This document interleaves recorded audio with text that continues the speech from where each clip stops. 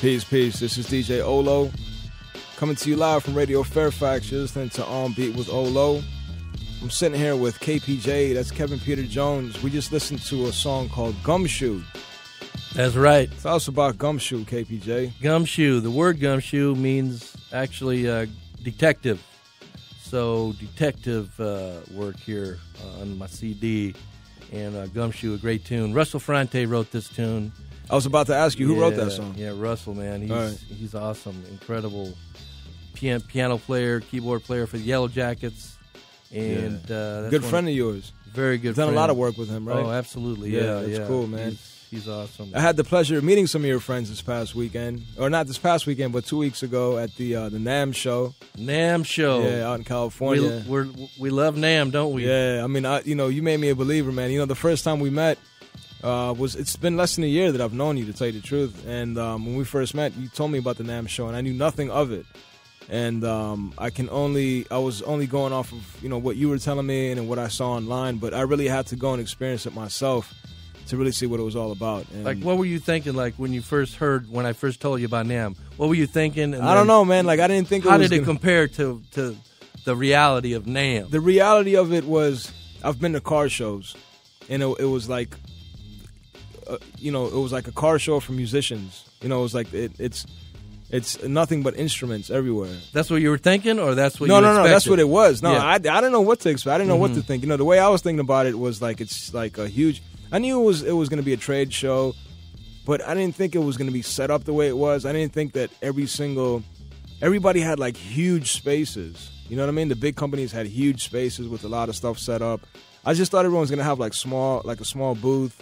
And they're just going to talk about stuff, maybe have like some information. I didn't think it was going to be so interactive where you can go and get on all the equipment. And there were so many people. Like one of the main attractions that really caught me was the DJ section, where they had the DJ equipment. I'm glad you went there, man. Yeah, it was awesome, man, because we ended up meeting some DJs that I grew up thinking were some of the best DJs in the world. Wow, they were there? Yeah, they were there. They performed and they signed autographs. We took pictures.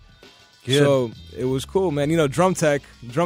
Oh yeah, Drum Tech Evan. Yeah. What did he say? He went with us too. So it was pretty cool, man. We had an awesome time, man.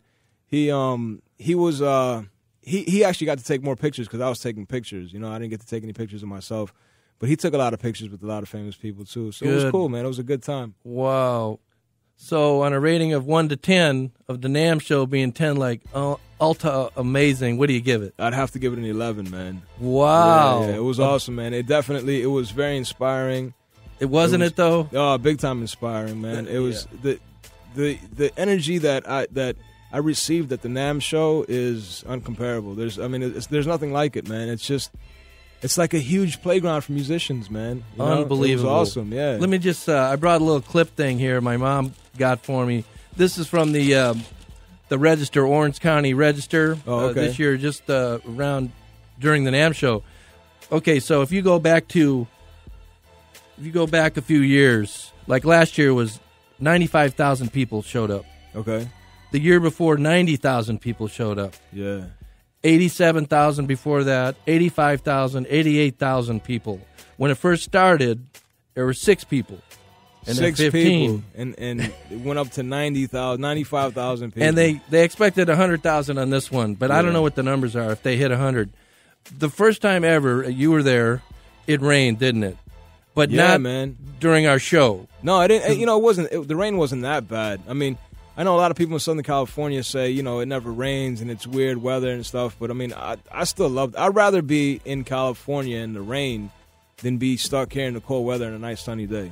You know what I mean? Right, exactly. I'll take the rain over this weather anytime. Right. One of the things I like about NAMM is exactly what you're talking about, the energy and all that's happening, and the people and that we talk to. And I can tell you a couple of people I sat down with. I don't know if you want to get into that or not, but yeah, definitely. Yeah. Well, man. I wanted to meet with George Duke. George Duke, this phenomenal keyboard player. I've been talking about putting a concert together in Washington, D.C. at Blues Alley. So I had a meeting with George Duke, and he was there. He came in for the Korg presentation. So I had an opportunity to chat with Mr. George Duke. I just finished a record, actually, with Dave Ripace, and George Duke is playing on that record. And so that was an amazing experience just to do that record and have George Duke and Kim Waters is playing on there, and Eddie Backus Jr. and Shaken Doy, and it's an incredible CD. But in my meeting, so we're trying to get some dates put together for the big show at the Blues Alley, and it's going to feature George Duke on keyboards. Hopefully we can put that together. Talking to his office, and then Mark Russo on saxophone. Right now he's sax player for Doobie Brothers. And then the bass player Shaken Doy, and then Lenny Castro on percussion, and then Mike Miller, guitarist with Chick Corea. He's going to be... So we're putting that whole thing together. It's going to be a crazy... And that's going to happen here in D.C.? In D.C. at Blues Alley. That's going to be awesome, man. Right. Yeah, so we're just... Sounds good. I know. It's an amazing thing. So I sat down with George Duke, and then I sat down with Joe Sample, keyboard player for the Crusaders. And Joe Sample has his own little group, too. His son plays bass with him, Nick Sample. Okay. And so Nick called me up and said, my dad's going to be at the Casio booth at the NAMM show. It was kind of a last-minute thing, and he said, go see him. So I went to go see his dad, Joe Sample. And then while I was there, and I brought my sister and my brother, we all love Joe Sample in our family, I introduced my family, my brother and sister, and they were just like so happy. Yeah. Then I called Joe's son, Nick, right there on the spot. I called him in New York and said, hey, I'm here with your dad. And he talked to him right there. Oh, that's cool. Yeah, that was cool, man. No, NAMM was awesome, man. Like I said, there were so many people there. I know I was at the DJ booth most of the time, but I got to meet one of the brothers from the Isley Brothers. He was there. I didn't know that. Yeah, there was a lot of... See, the thing is that there were so many people there, and there were so many faces that these famous people kind of got, like, filtered out. You know what I mean? Because there's just so much... there's so many beautiful women there, too. These companies had their models come out, and they were like the people who stood in the front. Yeah, the presenters in the front. For these companies. Yeah, so it was really hard to focus, man. There was just so much going on. All the equipment. Right. You got all these toys. You got these women. You got all this music. It's just good vibrations. Yeah. Then Stevie Wonder walks by. Yeah, exactly. Oh, there's Stevie Wonder. Stevie Wonder. Yeah. Oh, exactly. Okay.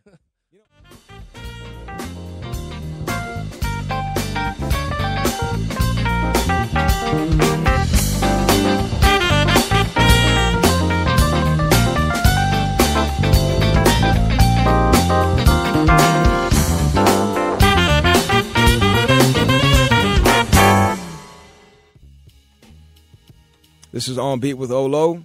You just heard a track produced by Kevin Peter Jones on his album called Magnetic Journey. What was the name of that song again? Yeah, that song there, Matinee Idol. Matinee Idol. Matinee Idol is another song that Russell Ferrante wrote. He's an amazing writer and piano player. On saxophone there is Eddie Backus Jr., excellent saxophone player. He actually lives in Virginia now, so he's working on some projects and got some cool things going. But he's playing sax on that last track, track number 12. Yeah, I'm checking out this CD you gave me. I got to meet your friend. It was a pleasure and honor to meet Dave Ripace. Oh, yeah. And I'm looking at this CD, A Portrait of the Man. The man, yeah. The man. He is the man. The man. There's a song on here I wanted to play. Mm-hmm. And by the way, I got the video working as well. So we'll get into the video. I'm going to try to get into the video after our little PSA break. Okay, at great. 9:30. But if I could, I want to play a song on here that you're on. It's number 5 on his album, and it's called Mi Corazón. I think we played this before, and I liked it a lot. Sí, muchas gracias. Yeah, muchas gracias. I like this one a lot, man. So sí, señor. Let me get into this one. It's called Mi Corazón, and we'll be right back. This is On Beat with Ohlow, and you're listening to Radio Fairfax, coming to you live from Fairfax, Virginia.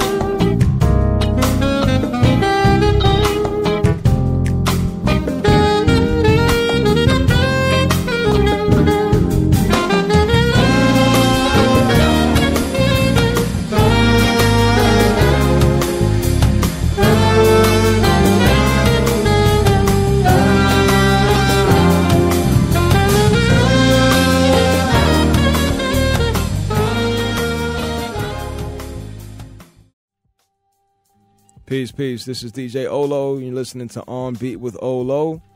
I'm sitting here with Kevin Peter Jones, and before the break, you heard Mi Corazon. Yes. That's on Dave Rapace's album, which is a really good friend of yours. And like I was saying before the break, man, it was my pleasure to have met your friend Dave Rapace. He's a real cool guy, man. I talked to him on the phone before that we met face to face.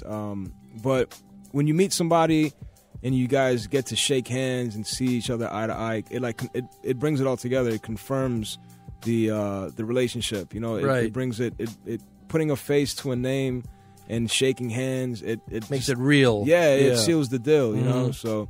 Yeah, it was real cool, man. He's a cool guy. He's an awesome musician, as you can see. Right. That Mi Corazon is I love that song, man. I mean, I really, truly like that song a lot. It's a great song. And so, we were talking about the NAMM show. I got to spend a weekend with Kevin Peter Jones, KP. I call him KPJ. Yep, KPJ. KPJ. We got to hang out on the West Coast, the Fresh Coast, the best coast, like you like to say. That's right. And, we were hanging out at the NAMM show, and we got to see a lot of new musical instruments, new products, and new. There's a lot of software. Did you notice all the software? I didn't have time to go look at that part of it. Yeah, but, there's a lot of musical software now. It's not just instruments, It's there's a lot of software out there. Right. New microphones, amplifiers, all kinds of stuff. Mm-hmm. Yeah. But what I wanted to get into is, you got to perform on their main stage. Right. And you put together an awesome team, an awesome band, including Asami that you brought from, I forgot her last name again. Asami Ueda. Piano player, okay. yeah. Yeah, piano player from Japan. Uh-huh. And she was awesome, man. She was amazing. Yeah. I think a lot of people were upset at the fact that they couldn't see her because the keyboard was blocking her, because she's a little girl. She's not, she's not tall or anything. We should have turned it sideways so we could see her. Yeah, exactly. But here's the good thing, though. Mm-hmm. See, the good thing is that I was on stage with the camera, so I got really good shots of her. Oh, good. So the video, video is going to come out really good. Awesome. Man. Yeah, and she played very well. She played with a lot of heart. Mm-hmm. She really got into it. Oh, yeah. She was sick, man. Yeah, I enjoyed myself a lot, man. Like, it was, again, like I said earlier during the break, thanks again for taking me, man. You know what I mean? It was, my pleasure. Like I said, it was inspiring. It was something that I needed to see. It was something that woke me up a little bit, and it put me on the right track again when it comes to music. How did it wake you up? Like, what sparked what is it that caused you like a new vision or something? It's just it was just the atmosphere. It was being around the people. Like I said, I met DJs that I grew up idolizing.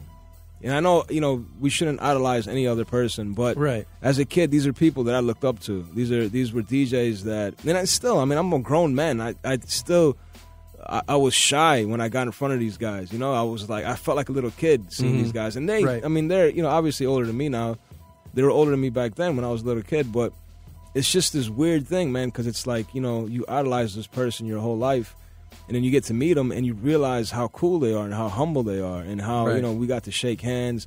I gave them T-shirts, and, they liked them, and they were cool. And hey, where's my T-shirt? I got you, KPJ. Okay. I got your T-shirt, man. Okay. I meant to give it to you in California, but I kept forgetting to give it to you, man. No but problem. I definitely got your T-shirt. Good. I ordered an extra one just for you.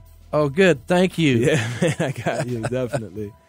But, yeah, man, NAMM was awesome, man. Is there anything you wanted to say about NAMM, man? Because I know you've been going to NAMM for, 13 years now? Well, since 91. Since 91. Yeah, that was my first 12 years. Yeah. The first NAMM I went to was with Will Kennedy, the drummer for the Yellow Jackets. And he was my coach for a few years. That's cool. Almost 4 1991. years. Yeah, when I lived in Sacramento.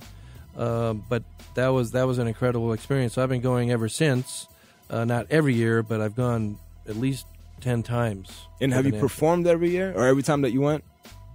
Not every time. I performed this time 13, performed in 11, and I performed in 09, I believe it was. So this was your third performance. Yeah. Yeah, yes. But the way that you were so comfortable on stage that I would have thought that you performed every single year. Like, you looked like you knew the stage, you knew everybody there, you knew what was going on. obviously you're a professional, anyways. It doesn't matter what the stage looks like, but you you fit perfectly, man. Like, you were so comfortable that it seemed like you're like a namster, like what a namster. That's it. Yeah, that's man. it. It was great. But, yeah, it was cool, man. I was playing drums, of course, but I also did a little. I had to announce who's in the band and introduce the players, and that's something that I tried to make it natural as possible. Yeah, but how did you assemble that band, man? I wanted to ask you about the band because your band, your bassist was amazing, man. Ernest Tibbs, yeah. Oh man, he was so good, man. He played extraordinary, man. Yeah, he's an amazing. He was. Go ahead. Sorry. Go ahead. He was focused on when we were playing, we like to get the contact going, the eye contact. Yeah. I noticed that. Yeah. Drum and bass. Yeah, definitely. Absolutely. Yeah. So I actually, on the stage manager, producer of the whole stage, he asked me for a stage plot. Okay. And one of the things I sent him was a stage plot. But I wanted the bass player on my left. The bass player ended up being on the right. Right. And so they switched everything. And I said, no, that's not what I wanted. So anyway, we had the whole stage should have been bass player on the left and sax player where he was. Flip-flop. Yeah, the keyboard and the bass should have been flipped. Okay. But this is just behind the scenes stuff. Yeah. But because I'm playing to the left, I want to see my bass guy. But I had to go to the right to see him. So it was, those kind of throws you off a little bit. Yeah, so you just have like I said, man, I mean, nobody could really tell. And you guys played amazingly. I think you guys were, like, perfect. You know what I mean? You guys played like you guys have been playing for 50 years together. You know what I mean? Like, it was amazing, yeah. Yeah, it was awesome, man. And that's when you can see, that's when you like, when you really figure out who's a professional and who's not. Because you guys came together. I know you guys only practiced like one or two times. Once. One time. One night rehearsal, that. You guys came from different parts of the world, basically. Right. Came together, practiced one time in California. And at Musicians Institute. That's where your practice was? Yeah. Oh, yeah, that's cool, man. Yeah. And see, I wasn't there. I missed that. That was the it. day before I came, right? Yeah. That was awesome, too, yeah. Yeah, I feel like we missed a lot, man, because we tried to cram in so much in such a short amount of time. Right. And we didn't get any sleep. I mean, I slept like 4.5 hours max at night, And it still wasn't enough time. And I didn't want to sleep. I had to sleep. Right. You have to rest, man. And that's the thing is, like, I didn't even want to sleep, man. I wanted to spend as much time awake and doing things, but I didn't want to be a zombie either. So, right. You got to get a little bit of sleep. Right, but, exactly. Like I said, man, I'm ready for the next one and the next one and the next one. And I plan to go back with everything I did wrong this time. I plan to go back and fix those things. Like we were talking about the pictures and the video and stuff like that. Right. Like you said, we need to have a bigger team. I feel like the team that we went with this time was a little small. And so next time, I just want to be able to see the whole floor. I didn't get to see everything I wanted to see. There's just so much. You can't cram it all in that short period of time. So right. So what are some of the things that you would like to fix? With the production? Yeah, just with anything that you want to do better next time. We only had 2 cameras, video cameras going. I would like to have like 3 or 4. That's a big thing. Different angles, different shots. Another thing was the whole thing with the digital recorder. Screwed up with that. Didn't get the live feed. Didn't get a good recording. So those are just little things I got to fix for next time. Right. So yeah, we had the recorder, we had the music, we had the sound guys, but we missed the chord. Yeah, we didn't know that. There's no way. It's like, what? Exactly. That's the thing. Is like, we're at the biggest music convention in the world, and nobody can find one simple chord. And right. I understand. The guy explained to me. He was cool too. He said, "Look, man, this is a professional board. You got to understand. We're not going to have, regular analog outputs. Right. They're all going to be XLR, big. So, like you say, next time. Next time, I just have to be more prepared for stuff like that. Yeah.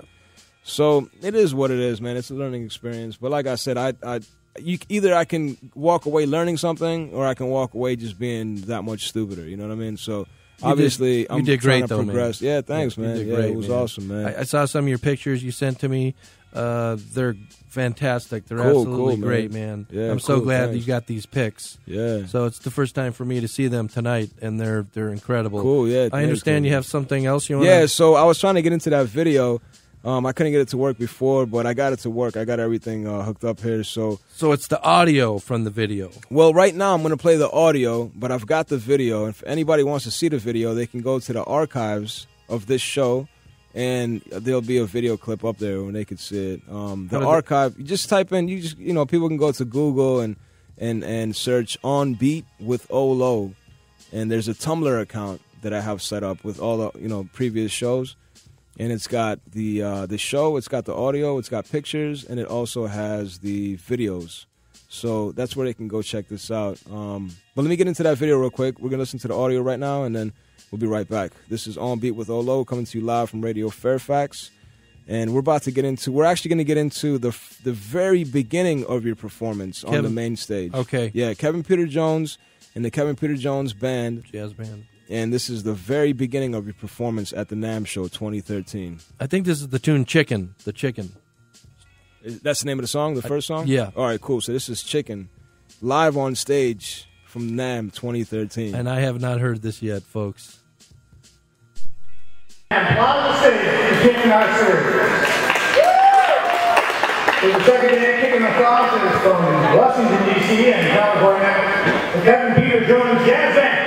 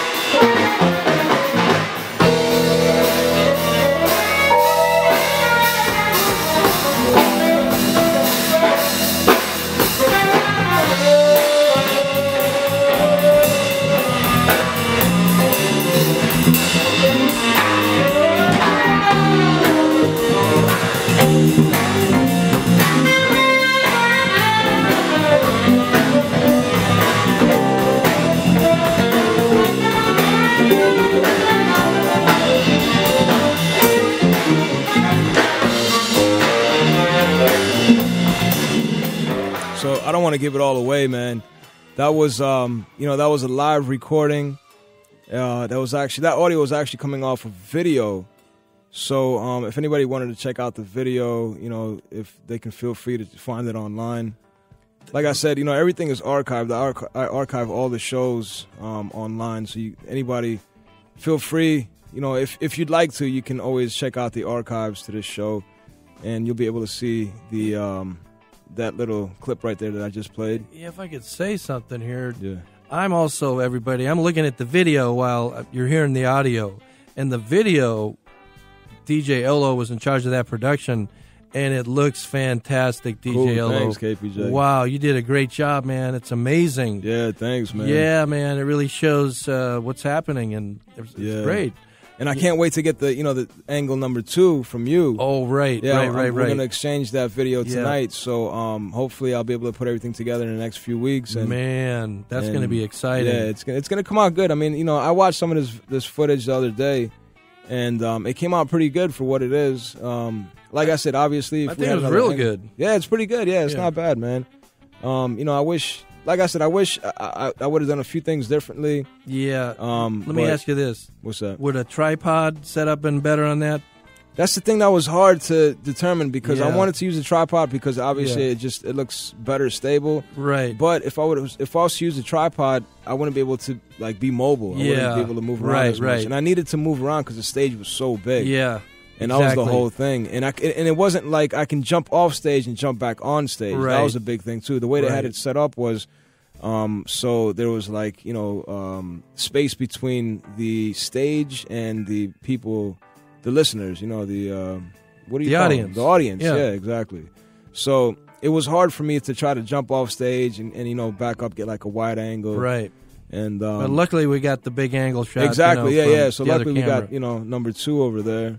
That was and great, it's man. gonna help Shoot. a lot, man. Yeah, so it was cool. And like I said, that was just the audio from, the videotape, So Yeah, good job, man. yeah, thanks, man. I'm proud of you, DJ Ohlow. Yeah, thanks, KPJ, man. It was good stuff, man. Like I said, and the future holds so much more for us, man. You know what I mean? Absolutely. We were talking about just the inspiration and the energy and the vibes that we got out there.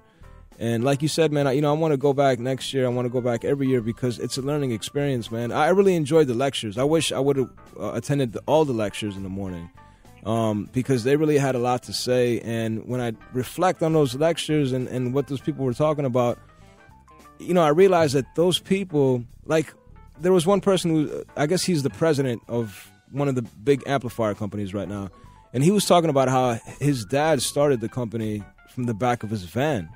And, they pretty much were broke, but now they're like the leading name in amplifiers when it comes to guitar amplifiers. Mm-hmm. I don't want to say the name, because I don't want to get the guy's name wrong, but I believe the company was Fender, right? I shouldn't have said the name, but whatever. The guy is a multimillionaire. He's the biggest name in the music industry right now, and he started from nothing, basically.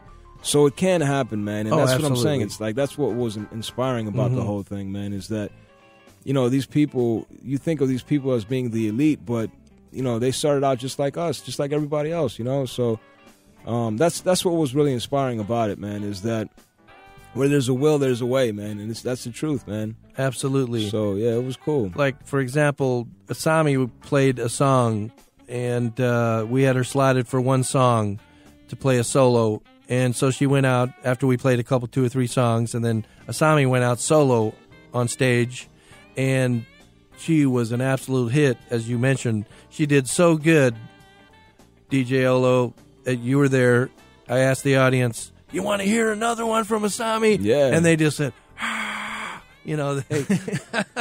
Listen, I'm going to tell you something funny.